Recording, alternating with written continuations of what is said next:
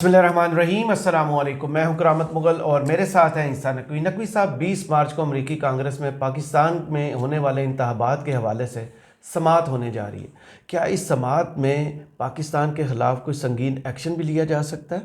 देखिए, बहुत सारे लोगों को बहुत सारी गलतफहमी है इस सब्जेक्ट के ऊपर, लेकिन एक सब्जेक्ट ऑफ इंटरेस्ट तो बहरहाल पाकिस्तान के हवाले से बन गया। तो इस वीडियो में मैं प्राइमरीली जो कुछ पाकिस्तानी सर्विंग और रिटायर्ड डिप्लोमेट से मेरी बात हुई और मेरी जो अपनी थोड़ी बहुत अंडरस्टैंडिंग है फॉरेन अफेयर्स की, कि डिप्लोमेटिकली चीज़ें कैसे चलती हैं, जी। तो उसकी बुनियाद के ऊपर हम दो एक्सट्रीम्स डिस्कस कर लेंगे कि ज़्यादा से ज़्यादा क्या हो सकता है इस ब्रीफिंग के नतीजे में, जी। और कम अज़ कम क्या होगा, जिसके लिए हमारी जो गवर्नमेंट है, फॉरेन ऑफिस है, वज़ीर ख़ारिजा, इनको तैयार रहना चाहिए। सही। ये मामला देखें, पहली बात तो ये कि ये कोई नॉर्मल बात नहीं है। वेरी सीरियस डेवलपमेंट पाकिस्तान के हवाले से। ऐसा नहीं है कि इससे पहले कोई समाअत नहीं हुई, हियरिंग्स नहीं हुई, पाकिस्तान के ख़िलाफ़ कोई स्टेटमेंट्स नहीं दिए गए, पाकिस्तान के ऊपर पाबंदियां नहीं लगाई गई, पाकिस्तान की एड कट नहीं की गई, ये सब कुछ तो किया जाता रहा है। असल बात यह है कि ये जो मौजू है, इस मौजू के ऊपर पाकिस्तान के हवाले से पहले समाअत नहीं हुई। सही। इलेक्शंस, जी। और इलेक्शंस में धांधली के इल्ज़ामात, और इस हवाले से जाहिर है कि बहुत सारे अब सवालात मौजूद हैं। तो हम इसको ज़रा स्प्लिट कर लेते हैं कि क्या मैक्सिमम हो सकता है और मिनिमम क्या हो सकता है। तो जो इसका बेसिकली नोटिस है जो इसका जारी किया गया है, वो पहले मैं आपको बता देता हूँ। मैं अगरचे ये हम इस सब्जेक्ट के ऊपर चौथी वीडियो मैं अपने चैनल के ऊपर कर रहा हूँ, तो जिन लोगों ने नहीं सुनी तो उनके लिए मैं सिर्फ ये रिपीट कर देता हूँ कि ये होने क्या जा रहा है। इससे पहले जो 8 फरवरी के इलेक्शंस हैं, उसके आफ्टर मैथ में और उससे पहले पाकिस्तान के हवाले से, पाकिस्तान की जो इस वक्त सूरत हाल है, जो इल्ज़ामात हैं ह्यूमन राइट्स के हवाले से, फ्रीडम ऑफ एक्सप्रेशन का एक इशू है, मीडिया की फ्रीडम का मामला है, फिर जो पाकिस्तान तहरीक इंसाफ के हवाले से जो कुछ हुआ है, उसके ऊपर गाहे बगाहे हमने देखा कि गुज़श्ता 2 साल में मुख्तलिफ जो अमरीकी लेजिस्लेटर्स हैं, जो सेनेटर्स हैं, कांग्रेसमैन हैं, उन्होंने गुफ्तगू की। सही। इसमें जो सबसे सीरियस पहली डेवलपमेंट हुई वो थी जब इन इलेक्शंस के बाद 31 कांग्रेसमैन ने एक लेटर लिखा अमरीकी इंतज़ामिया को, जी।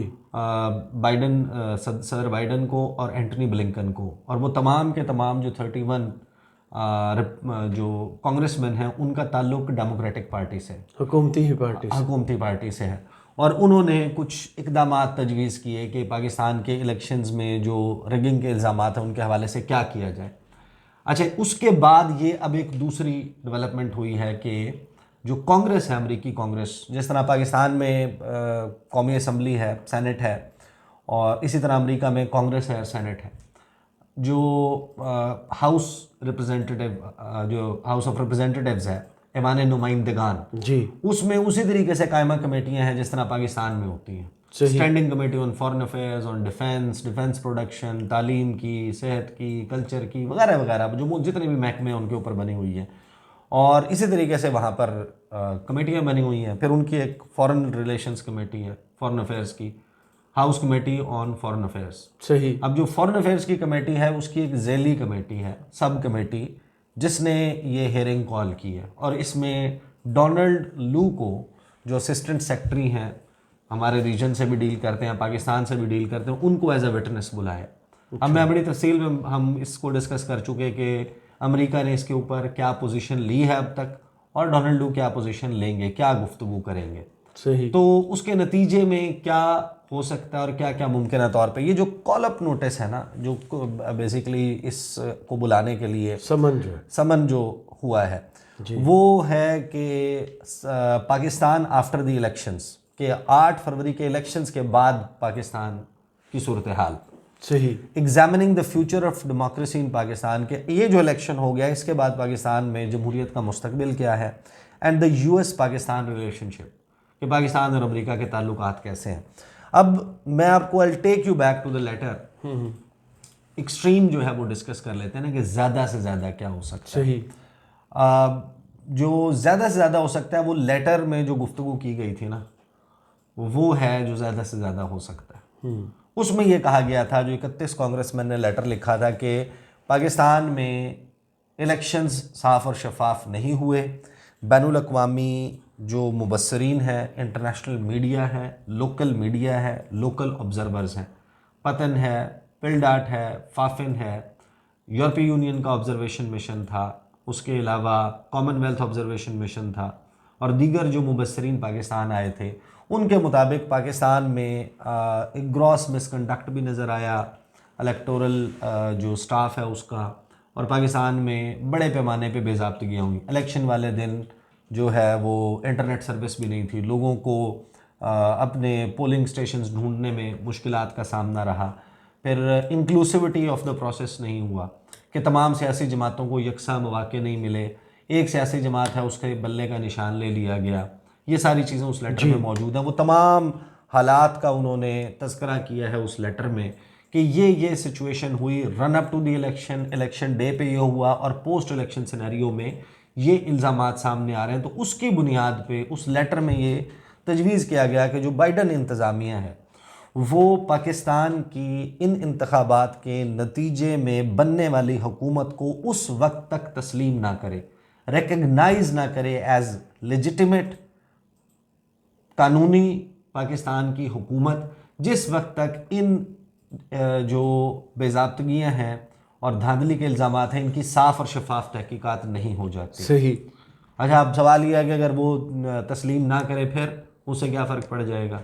उससे फ़र्क तो बहुत सारे पड़ेंगे, वो फिर बहुत एक लंबी डिटेल खुल जाएगी। लेकिन वो जो सवाल है कि पाकिस्तान इनकी को तस्लीम ना किया जाए, और उसके लिए फिर पाकिस्तान के लिए मज़ीद ऑप्शंस कि पाकिस्तान में जो बनने वाली हुकूमत है उसको ये कन्वे किया जाए कि अमेरिका के जमहूरियत और इंसानी हकूक़ के हवाले से कवानीन मौजूद हैं, और कोई भी मुल्क उनके ऊपर अगर इस किस्म की उसकी बनती है पोजीशन कि वहाँ पर ये सब कुछ होता है, तो हमारे यहाँ कानून इजाज़त देता है कि उसके ख़िलाफ़ कार्रवाई करें, पाबंदियाँ तक लगाई जा सकती हैं। और उसके लिए उन्होंने पाकिस्तान की एड और उसके मामलात का तज़किरा भी किया।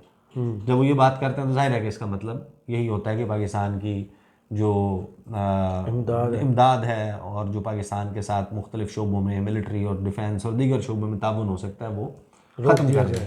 अच्छा, ये है वर्स्ट केस सिनेरियो जिसके चांसेस बहुत कम है। डोनाल्ड लू आएंगे, वो आकर स्टेट डिपार्टमेंट ने जो पोजीशन ली, स्टेट डिपार्टमेंट ने ये पोजीशन ली थी कि पाकिस्तान में जो इलेक्शंस हैं उसके ऊपर हम ज्वाइन करते हैं उन खदशात और उन कंसर्न्स को जो कि लोकल इंटरनेशनल मीडिया और मुबस्सरीन ने सामने रखे हैं कि पाकिस्तान में इलेक्शन में बेज़ाब्तगियाँ हुई हैं। सही। और हम मुतालबा करते हैं और हम लुक फॉरवर्ड कर रहे हैं कि पाकिस्तान में इनकी तहकीकात हों। तो यही वो पोजीशन जो है वो डोनाल्ड लू इस मीटिंग में लेंगे, और उसके नतीजे में अब डिपेंड ये करता है, मैटर ये करता है कि जो कमेटी है, सब कमेटी है, वो रिकमेंडेशंस क्या देती है जी। वो अगर ये रिकमेंडेशन देती है कि जो उस 31 कांग्रेसमैन के लेटर में तजावीज़ दी गई थी, तो फिर तो मसला क्रिएट हो जाएगा, बड़ा इशू हो जाएगा। मुझे उसके चांसेस कम नज़र आते हैं।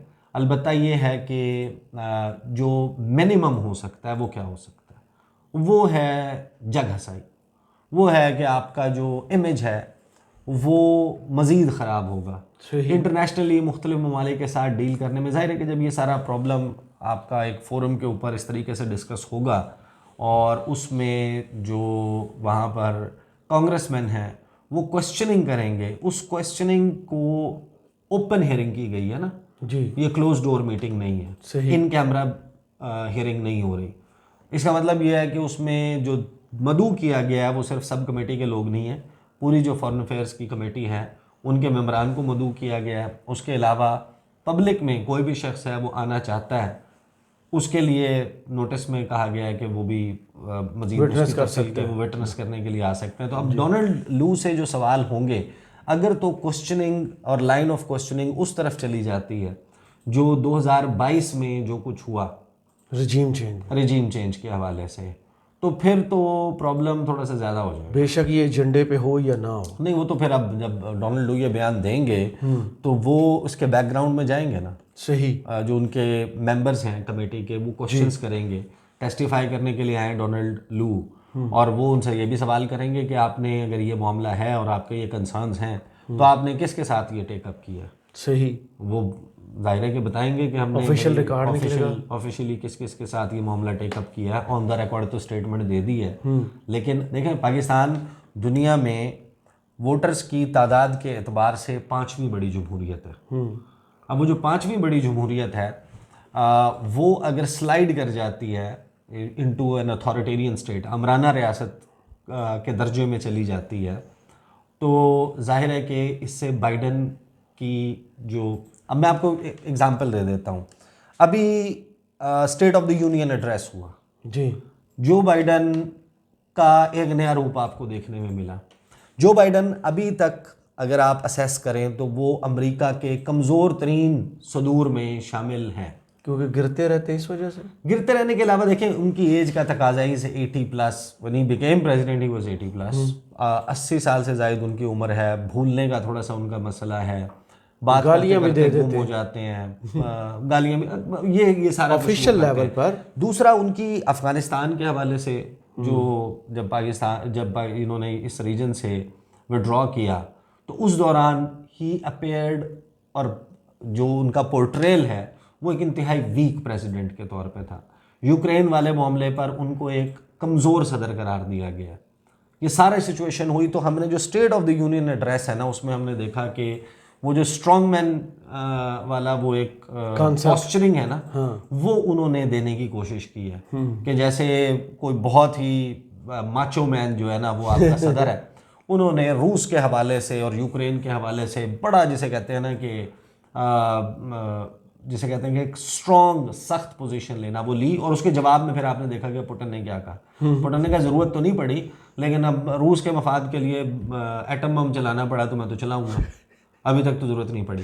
यानी कि इतनी रेटरिक जो है वो बढ़ गई। ये आपको बताती है कि असल में जो टाइम है 20 मार्च का, इससे ऑनवर्ड आप देखें कि अब तकरीबन फाइनल हो गया है कि डोनाल्ड ट्रंप जो हैं उनका और जो बाइडन का ये मुकाबला होने जा रहा है। सही। और वहाँ पर ये सारी चीज़ें जो है वो एक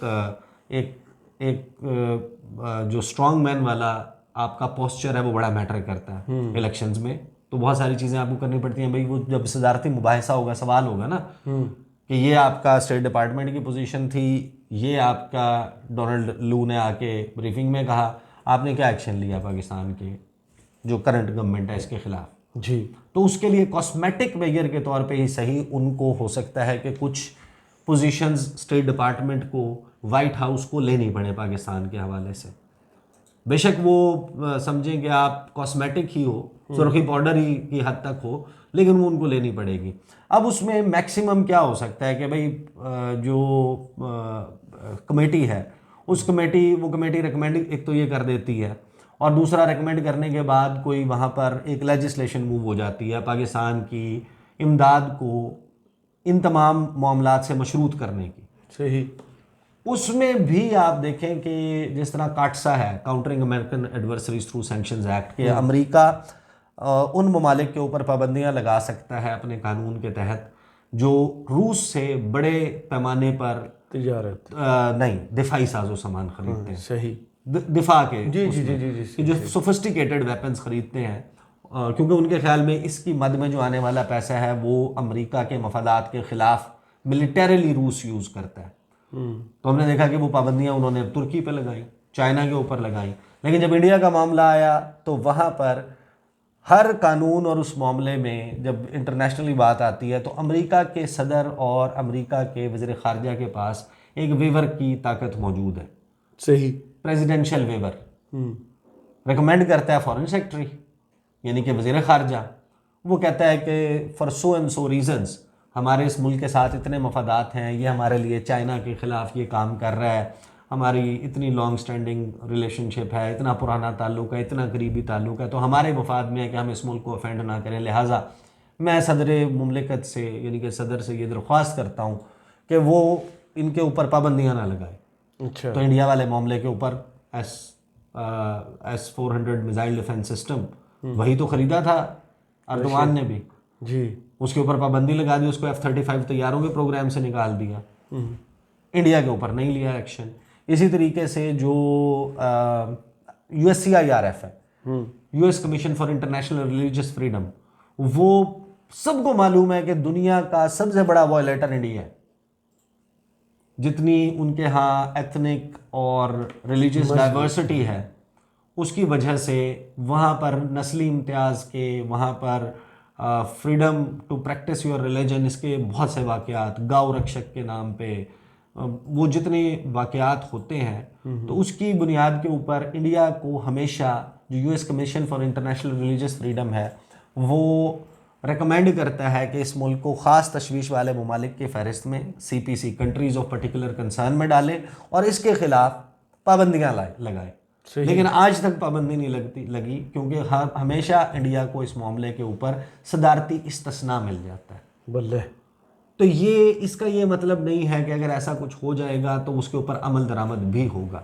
अलबत्ता उसको पाकिस्तान की आर्म ट्विस्टिंग के लिए इस्तेमाल किया जा सकता है।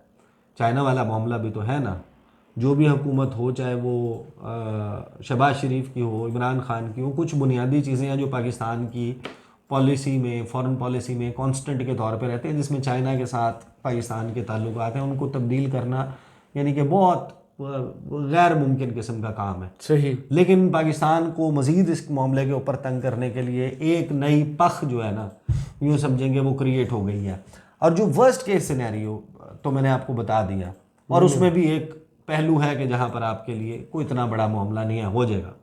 लेकिन जो मिनिमम है वो मिनिमम भी देखें, जगह सही आपके इलेक्शन, आपके उसके हवाले से इंटरनेशनल मीडिया, फिर जाहिर है कि जब इंटरनेशनल मीडिया इस बात पे पर यकीन हो जाता है कि ये तो हुकूमत इस तरह से, तो आप जब आप किसी भी इंटरनेशनल फोरम पे जाते हैं, आपसे जो लाइन ऑफ क्वेश्चनिंग होती है, जो इंटरव्यूज़ होते हैं, आपको हमेशा उसका जवाब देना, सेटिस्फाई करना। लेकिन वो जिसे कहते हैं कि जहाँ तक शहबाज शरीफ की हुकूमत और इन सारे मामले में वो है मसला है इमेज का, तो उसके ऊपर असदुल्ला खान गालिब साहब का एक शेर है कि घर में था क्या कि तेरा गम उसे गारत करता, घर में था क्या कि तेरा गम उसे गारत करता, वो जो हम रखते थे एक हसरत तामीर सो है।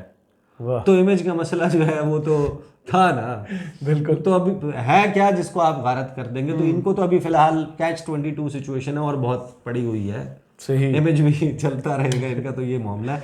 तो बहरहाल देखते हैं कि 20 मार्च के अराउंड और मज़ीद फर्दर क्या इस हवाले से होता है। But I can tell you कि एक ज़ाहिर है कि परेशानी बहरहाल है पाकिस्तान के इदारों में भी और उसमें भी कि ये जो हो रहा है इंटरनेशनल फोरम्स के ऊपर, ये नहीं होना चाहिए सियासी लड़ाई में और इस सारे मामले में।